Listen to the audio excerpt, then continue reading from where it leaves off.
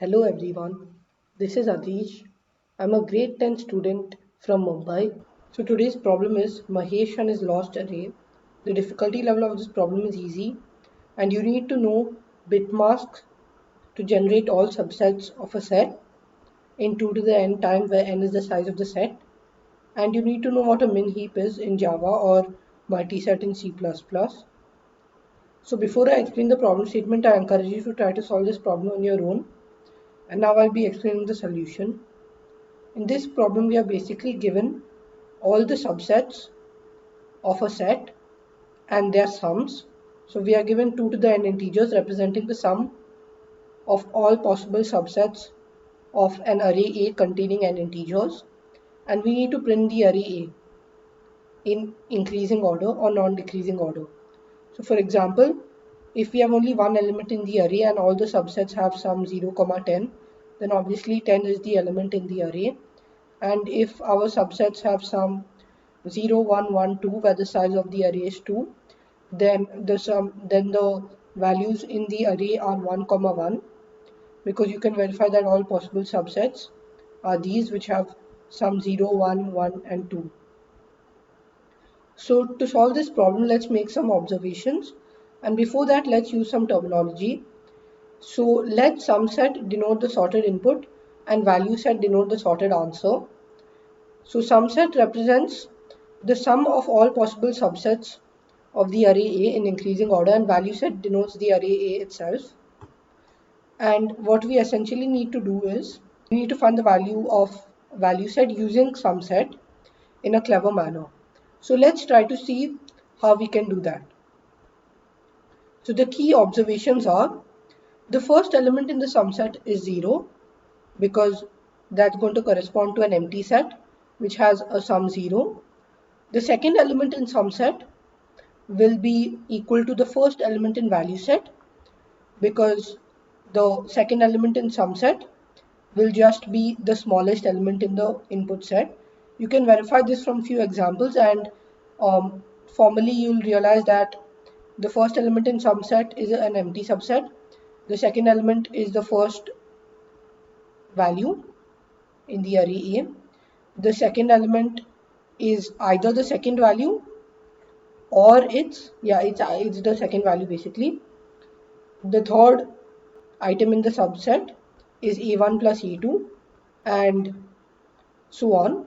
So basically, if we write the elements in sum set, they will be 0, A1, A2, and the third element can be either A1 plus A2 or it can be A3 depending on which one is smaller. So if A1 plus A2 is smaller, then it will be A1 plus A2, otherwise it will be A3. So in this manner we can basically construct the sum set, and the third element will again be either A3 or like some subset of the indices before it. So that's where more combinations can come, but basically we know that the first three elements are going to be this, so that's what we can deduce, and definitely the first two elements will be 0 and A1 in the sum set. So now let's try to basically fix the first two indices. So we know that the first two indices will be the second and third element respectively.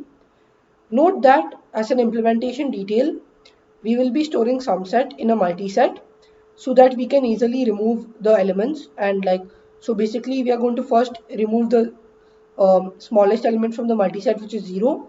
Then we are going to remove the smallest element, which is A1, and that will give us the value of A2. So that way we can efficiently basically consider only the smallest element in sum set at each time, and that's why we are going to store it in a multi-set. So now moving forward with the logic, let's see that we have fixed the first I elements. So we know how to fix the first two elements, but let's say in general we have reached some point in our iteration and basically we have fixed the first I minus 1 elements. Then how do we get the ith element? So let's say we know first two elements, then how do we get the third element? So the key idea is that in order to get the third element, we need to remove A1 plus A2, and then we are going to get the third element. So if we delete A1 plus A2, then we are left with the third element in the beginning of the multi-set, or basically in the beginning of the first index in the multi-set. So that's why in order to get the I minus 1th element, we need to ensure that all subsets of the first I minus 1 elements are removed from the sum set. And then the beginning of the multiset, or the smallest element left in the sum set, will be the ith value in the value set. So this is the key idea, that once we have removed all subsets of the first I minus 1 elements, then the smallest element left will be the value of the ith element. So you saw this from the example of 3, and you can try out a few more examples and you'll see that this holds in general. And now the basic reasoning left, or the basic idea left, is how do we efficiently remove all the subsets of the first I minus 1 elements from this multiset. So in order to efficiently remove all the subsets of the first I minus elements of the value set from the multiset, or basically from the sum set, we need to first realize that in the previous iteration, when we computed value set of I minus 1, in that case we removed all the subsets of the first I minus 2 elements. So now we only need to consider those subsets which contain the I minus 1th element. And to find a subset which contains the I minus 1 element, we need to consider that subset and plus, or basically united with, some subset of the first I minus 2 elements. So we need to basically unite these two, and to do that we are just going to consider a subset of the first I minus 2 elements and add that number to the value set of I minus 1. So like that's going to be the sum, or that's going to be the value which we remove from the multiset. And after we have performed all these removals, we can basically take the smallest element from the multiset, and that will be the ith element. And we run this iteration for all I going from 2 to n, and then we can 2 to n minus 1 if we are using zero based indexing, and then we can basically print the resultant value set. So now I'll show you the code implementing the same idea. So in the code for each test case, I take in the value of n and I take in the sum set which I store in a multiset, and I insert all the 2 to the n elements into the multiset. Then value set represents the answer. I basically remove the number 0 from the sum set. I store the first number and erase it from the sum set, and then I store the second number and erase it from the sum set only when n is greater than or equal to 2, or basically the value set is less than n. Then for each iteration, I going from 2 to n minus 1, we erase all the possible subsets using the indices 0 to I, which are not erased yet, and that will be a union of a subset of 0 to I minus 1 with I. So we are going to do that. So we are going to iterate over all subsets of 0 to I minus 1. So notice that value set size is I minus 1. So that's why I'm just put value set dot size minus 1.